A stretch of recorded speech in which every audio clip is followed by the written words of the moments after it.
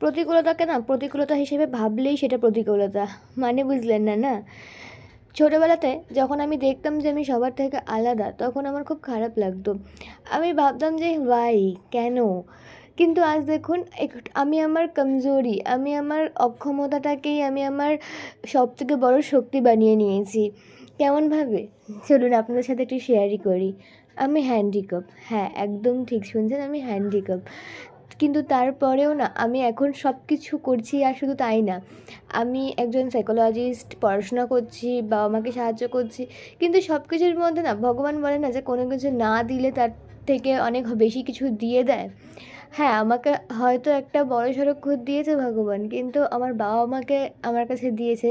আমার বাবা মা আমাকে কখনো সেটা ফিলই করতে দেয়নি। ইভেন আমাকে তৈরি করেছে আমার মতন করে। আমাকে পড়াশোনা শিখিয়েছে, আমার পেছনে টাকা পয়সা খরচা করেছে, কখনো আমাকে ফিল হতে দেয়নি যে তারা টাকা ওয়েস্ট করছে বা এরকমভাবে। আমার বাবা মা আমার জন্য সত্যিই ভগবান। শুধু তাই না, মানে আমি আমার গডকে, আমার ভগবানকে আমি আরও বেশি থ্যাঙ্কস দিই একটাই কারণে, শুধুমাত্র বাবা মা না, পরবর্তী জীবন কাটানোর জন্য আমার লাইফে এমন একজন মানুষকে তারা পাঠিয়েছে, তিনি পাঠিয়েছে।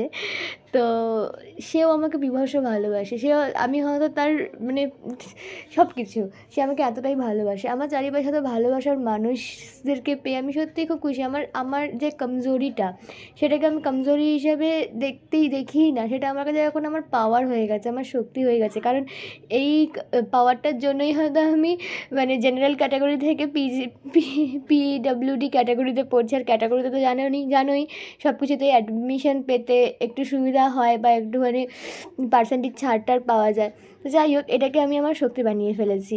তো আমি এইটুকুনি বলবো যে কোনো কিছুই প্রতিবন্ধকতা না, সব কিছুই আমাদের শক্তি, যদি আমরা ভালো করে ব্যবহার করতে পারি। তো ছোটোবেলায় খুব খারাপ লাগতো সবার থেকে আলাদা, মা কখনো আমাকে সেটা বুঝতে দেয়নি, বা বাবা মা আমাকে কখনো সেভাবে দেখেনি, একজন নর্মাল পার্সন যেমন দেখতো, আর আমি সেরমভাবে করেই গ্রো হয়েছি।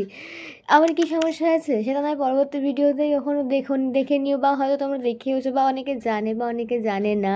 কখনো না কারোর প্রতিবন্ধকতা বা কোনো সমস্যাকে না সমস্যা হিসেবে দেখবে না। কোনো সমস্যার জীবনে বড় হতে পারে না। ভগবান একটা মানুষকে ততটাই সমস্যা দেয়, যতটা সমস্যা সে নিতে পারে, ততটাই দুঃখ দেয়, যতটা দুঃখ সে নিতে পারে। কিন্তু তাকে ততটাই সুখ দেয়, যতটা দুঃখ সে সহ্য করে, তার ডাবল সুখ তাকে ভগবান দেয়। তো ভগবানের ওপর বিশ্বাস রাখো, জীবনে হয়তো অনেক কিছু অ্যাচিভ করে নেবে। তো thank you watching my blog. আর সবাই খুব খুব খুব ভালো থেকো। বিলেটেড না, অ্যাডভান্স হ্যাপি নিউ ইয়ার।